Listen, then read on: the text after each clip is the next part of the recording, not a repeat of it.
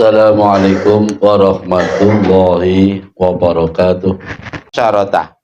Makalah yang ke-13. Iku an Abdullah bin Mas'ud, dari Abdullah bin Mas'ud radhiyallahu an. Qala, berkata Mas'ud, Ibnu Mas'ud, Abdullah bin Mas'ud, arba'atun, utawi perkara papat, minal khisali, dari pekerti, iku min dzulmatil qalbi, saking petengi ati. Perkara papat ini bisa sumbernya dari krono petengi ati, atau bisa nyebabnya ati ini peteng. Ini nomor siji, batnun sub'anun, perut yang terlalu kenyang, penuh, min ghairi mubalatin, saking tanpa memperdulikan. Artinya bahasa lain enggak peduli, yo bal gedual ngono kae lah maksudnya. Bal gedual, pokok gak peduli haram atau halal, atau sing penting enak ya diuntal ujung-ujungnya ngono. Ujungnya bal gedual, min ghairi mubalatin, tanpa memasukkan makanan ke perut tanpa memperdulikan asal usul, hukumnya, dan lain sebagainya.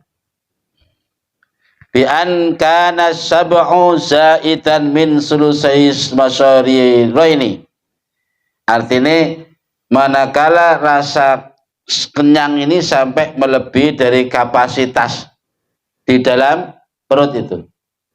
Pokoknya di rongga perut, di rongga kita di dalam ini kan mestinya dibagi tiga atau sepertiga ruangan di dalam ini lah, untuk makanan, sepertiga ruangan lagi untuk air, sepertiga lagi untuk napas, gitu ya. Tiga itu sudah. Nah, kalau makanan terlalu penuh sehingga mungkin salah satu sisi juga terpenuhi, maka akan tidak seimbang. Itu bisa menjadikan hati jadi peteng. Makan sampai dudul, sampai biar ini pondok istilahnya hak dot. Maksudnya HE sampai pedot. Ya petengnya kencengan.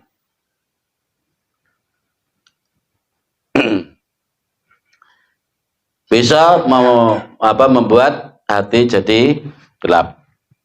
Wasuh batul zalimi. Nomor 2, bergaul atau kekancan sertane pira-pira wong kang dolim. Kekancan wong dolim maksudnya. Wong dolim ki piye? Al mutabanu tajawizina anil haqqi ilal batil. Jadi orang-orang yang telah melampaui batas-batas hak atau mencampur aduk hak dengan batil. Ngono. Iku dolim. Kriteria dolim yang ngono lah. Meletakkan sesuatu bukan pada tempatnya, atau bersikap yang bukan semestinya, memutuskan sesuatu tidak keseimbangan, tidak membutuhkan pertimbangan. Itu dolim. Nah, koncanan orang kayak begitu bisa menyebabkan hati jadi budak. Jadi budak. Yo nek istilah elek yo konconono, wong apik yo kancanono, kan. Tapi itu kita butuh filter, butuh bener-bener daya saring yang kuat. Ojo sok-sokan niru kaya wong biyen. Aku ki sedene pengin wong anu wis tak kumpuli kabeh. Masa wong jago ngono ki karo main kartu ya aku ya melok ning kono. Ya sing ketok putih ya kedukut to ning tengah-tengah iki. Nah, ngono ki didelok sik, ya to. Koyoke nilainya kaya arep dakwahi ngono to. Ternyata dia malah ketut. Jadi sampai malam, begitu dengar adzan subuh bukannya ke masjid, tapi langsung turu. Ini karep dakwahi ojo-ojo niru-niru kayak Mbah Hasyim Asy'ari biyen. Beda, filternya sudah beda. Jadi kancanan wong dolim itu bisa menyebabnya hati jadi peteng. Piye kan kadang perilakune, ucapane, ya kadang tanpa terasa itu nular di kita. Wa nisyanud dzunubil madhiyah. Nomor 3, melupakan dosa-dosa yang telah lampau. Dosa yang barusan dilakukan aja mudah dilupakan. Pokoknya soal kesalahan dosa gampang lali. Dan nek lali berarti kan gak butuh istighfar, gak butuh lagi dengan penyesalan. Dan dengan demikian dadekno ati iku budak. Mergo sekali orang melakukan dosa, nuktah satu hitam di hati. Jadi hati ini anak nuktah, anak titik. Begitu melakukan dosa ya titik ngono nae. Lakukan dosa titik ngono nae. Tidak enek enggak ada upaya untuk dibersihkan dengan deterjennya. Akhirnya lama-lama kan jadi banyak titik-titik hitam di hati. Jadi kelam, hitam, ireng, gelap jadi. Karena yang ngelakuin dosa itu sekecil apapun kalau bisa ya diiling-iling terus diistighfari, diketuni. Sebagaimana seringkali saya sampaikan, jangan memberi kesempatan malaikat atid mencatat perbuatan jelek kita. Karena di situ ada cerita bahwa malaikat atid itu ketika mau mencatat perbuatan amal buruk seseorang, ditahan oleh malaikat raqib. Jangan dulu. Tunggu 1 jam. Barangkali orang ini menyesal atau istighfar. Ya, begitu 1 jam kok ternyata belum istighfar juga tidak menyesal. Mau dicatat. Ditahan lagi oleh raqib.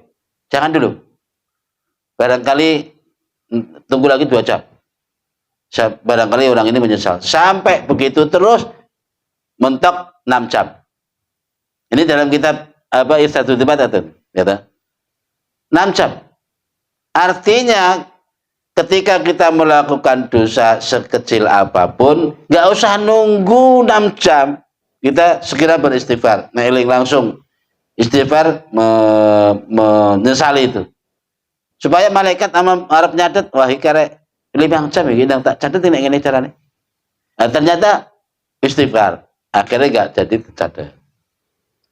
Nah,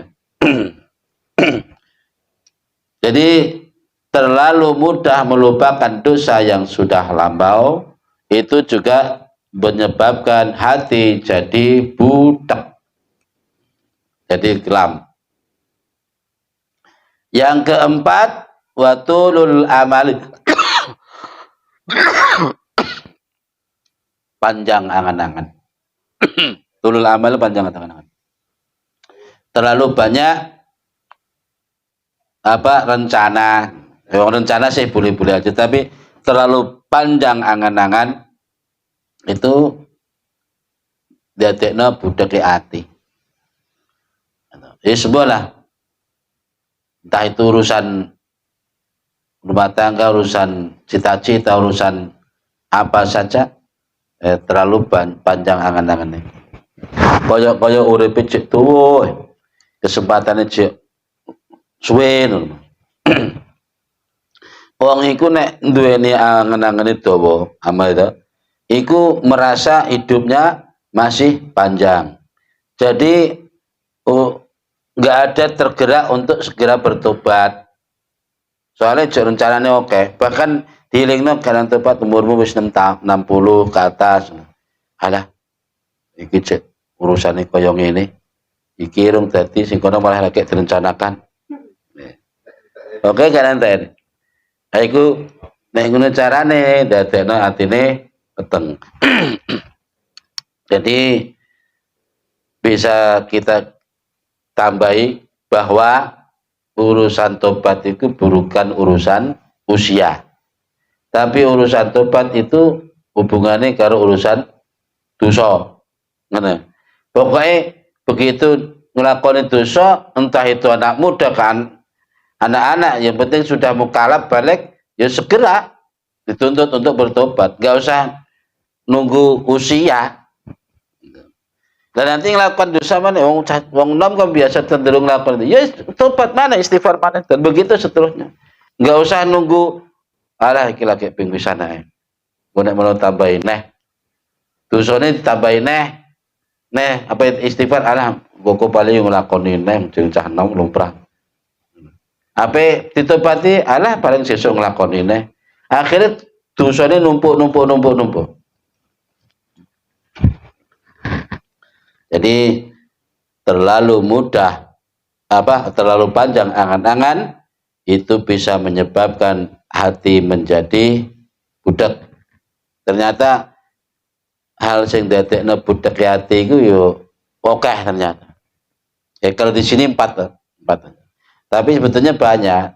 Ya termasuk penyakit-penyakit yang di hati itu kan cowopet nek dadekne budak hati. Entah itu drengki, ujub, ya penyakitnya malah itu. Bismillahirrahmanirrahim. Nabi bersabda, ini cerita dari Sayyidina Ali, bahwa Rasulullah SAW bersabda, Inna asyadda ma atakhawwafu alaikum khoslatani.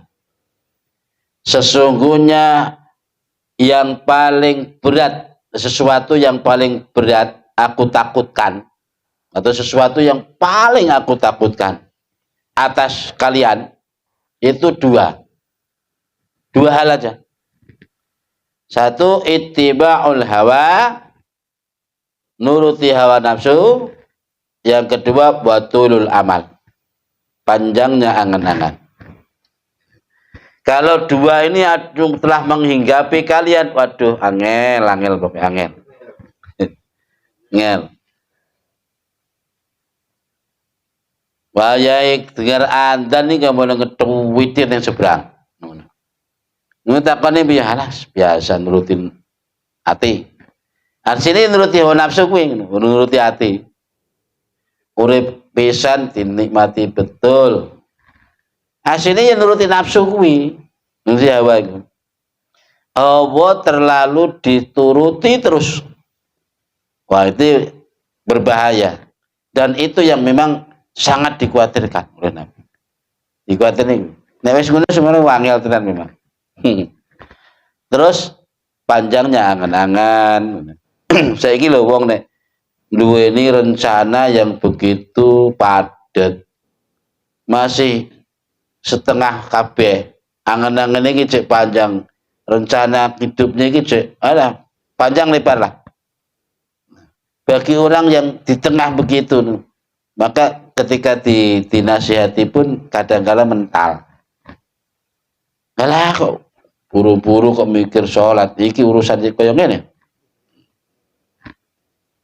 Yang mergo atas atine gara-gara gue. Fa ammat tibaul hawa, adapun mengikuti hawa nafsu atau nuruti hawa nafsu, fa innahu, bahwa sesungguhnya dia ya'dilu anil haqqi, yaitu bandingi kerhak atau menolak perkara hak, anil haqqi, dari perkara hak. Wa ammatulal amali, adapun panjangnya angan-angan iku fal hubbu dunya, yaitu cinta dunia.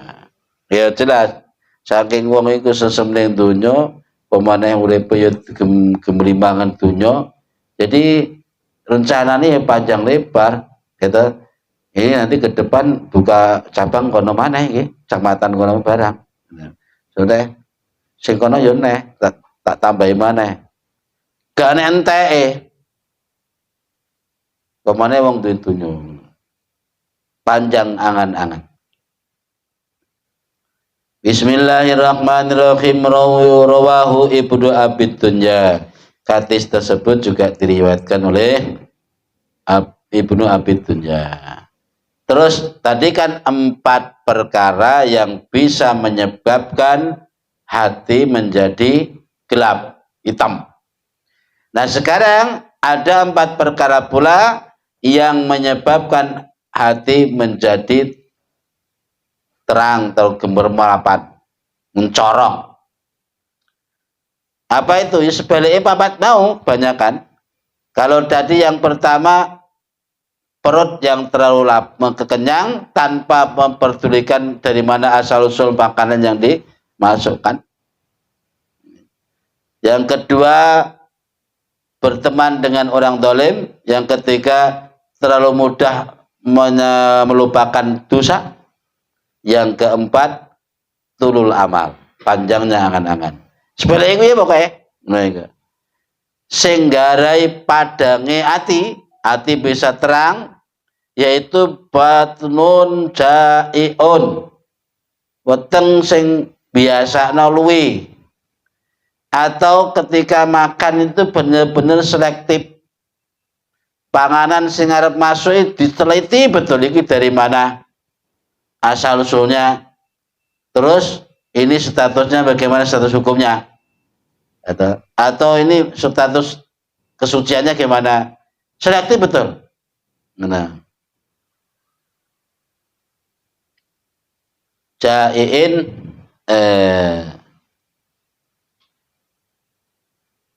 batnun jaiun, terus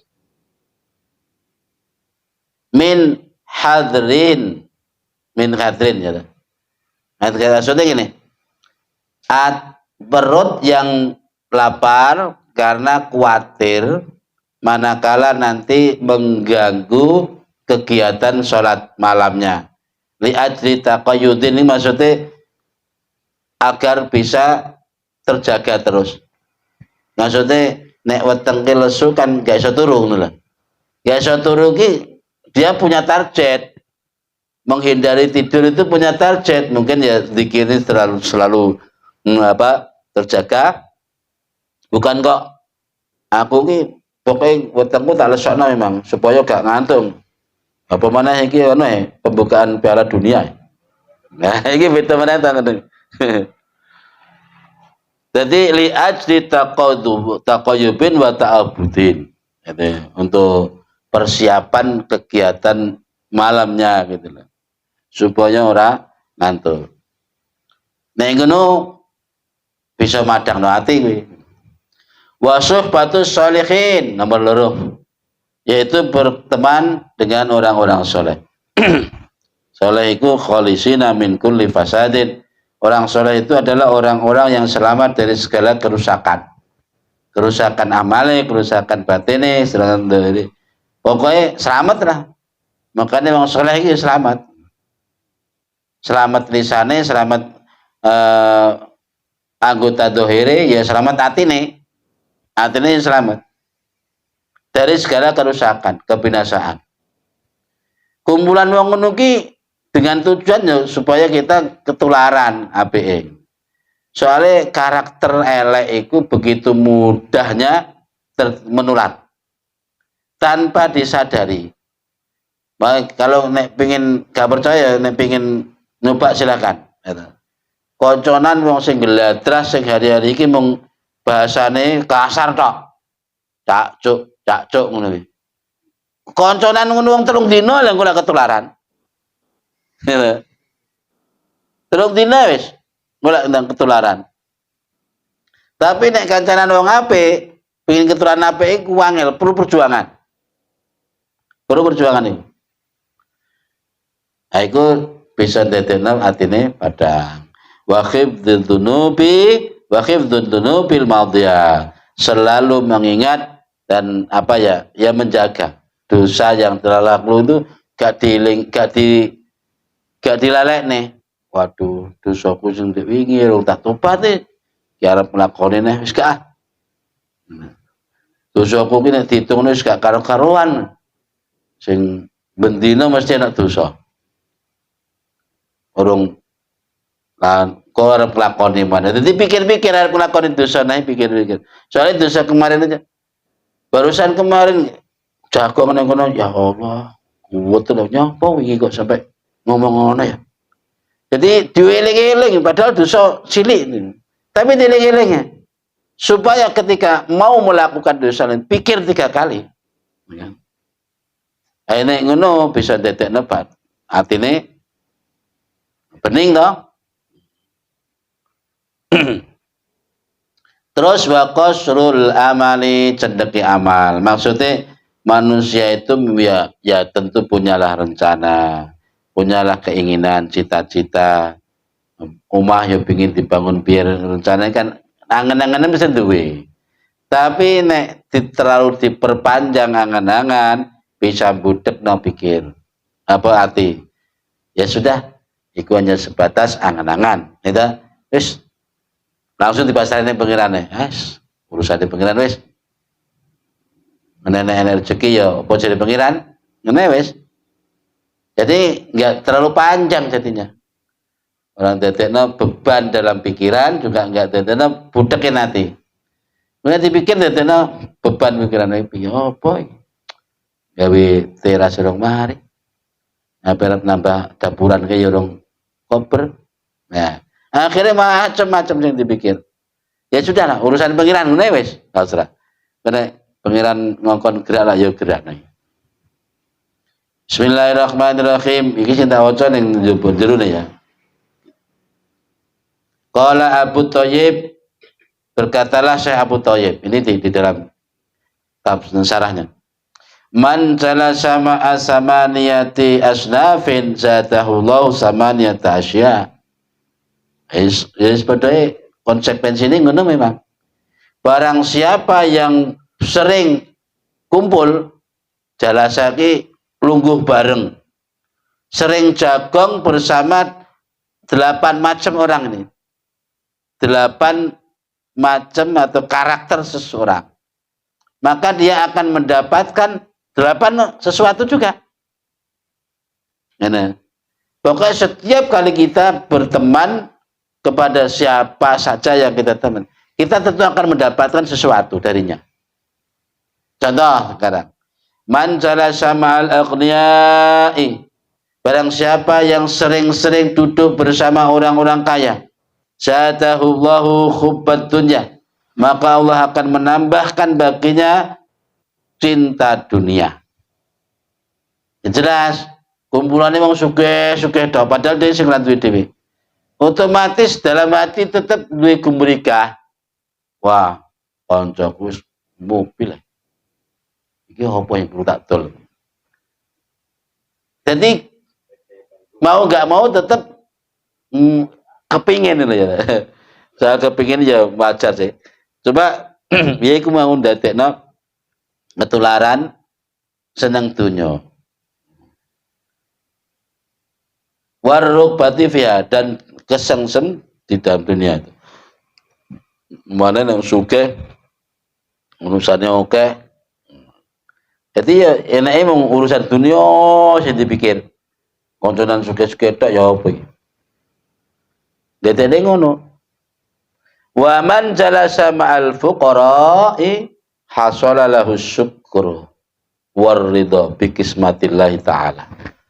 Barang siapa yang sering duduk bersama orang-orang fakir, orang melarat, ya, maka berhasil baginya rasa syukur dan ridho menerima terhadap ya keputusan Allah, bagian yang diperoleh dari Allah.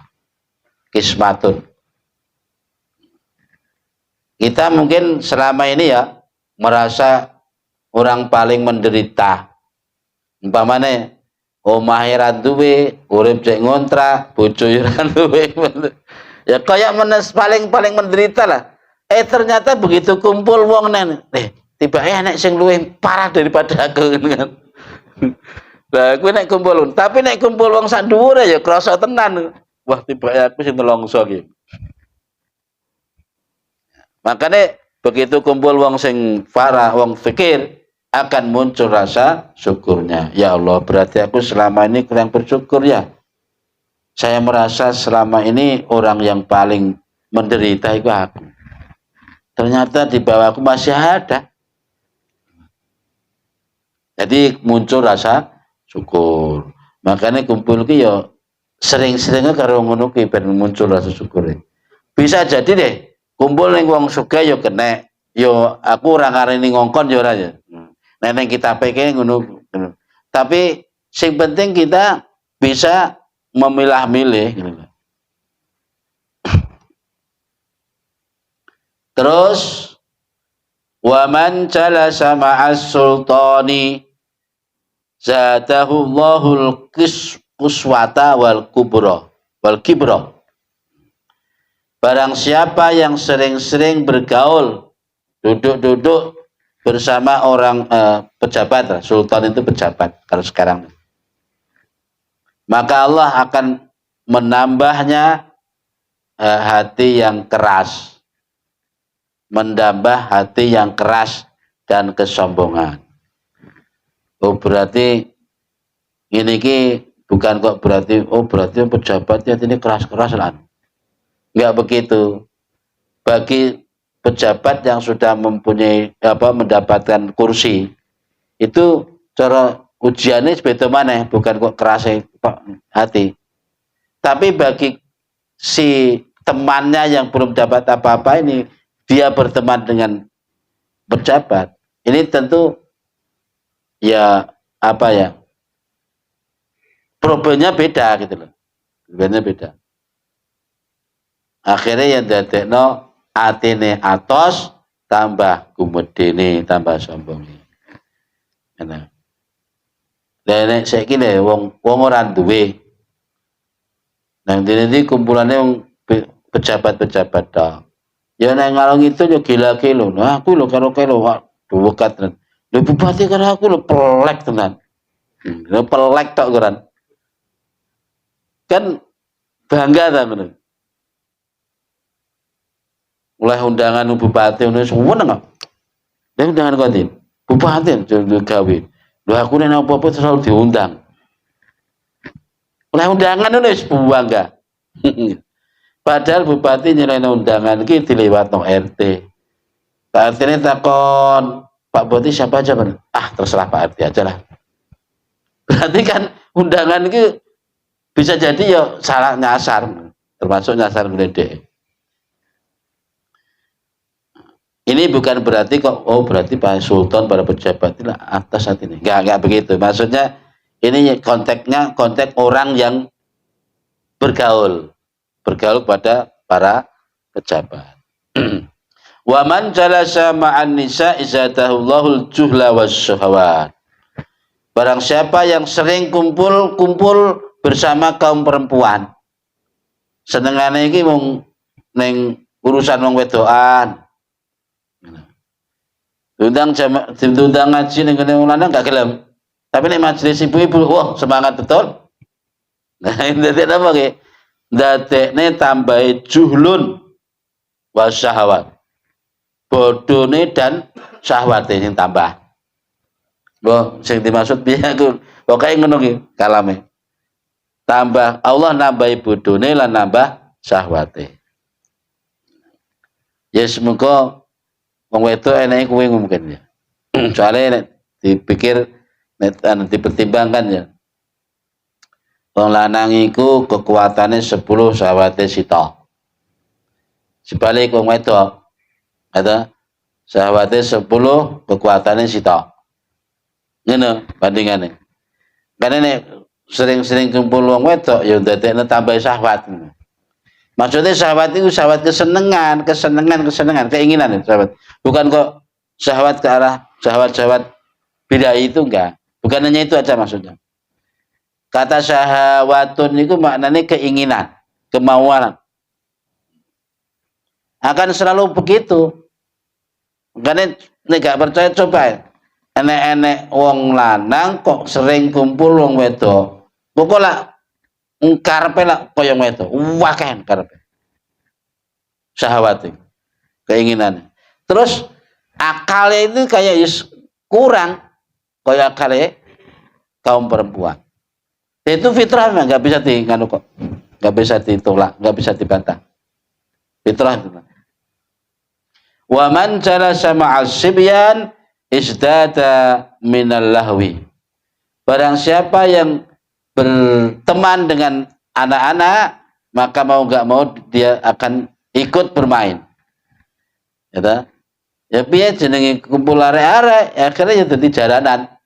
Ini main jalanan, tulanan. Ya banyak mainnya daripada seriusnya. Iku nek kumpul arek-arek. Terus waman jalasa ma'al fusaqi izdada minal jara'ati anil alad dunub wa taswifit taubah. Barang siapa yang berteman, berduduk bareng-bareng bersama orang-orang yang fasik. Orang fasik itu orang paling gladrah. Maka dia akan semakin tambah beraninya melakukan dosa. Ya sebagaimana orang-orang fasik itu kan isuknya gladrah. Waya sholat ya sholat memang. Ya anak pengajian ya melu, tapi kok barku yo main sembarang kali. Jadi kemungkaran aja baku, maksiatnya melaku. Kok kumpul jagung ngono yang ngrasani ya biasa. Yang fasik, gladrah. Nah kalau kita kumpulan orang-orang begitu akan tambah berani, rasa berani kita untuk melakukan dosa.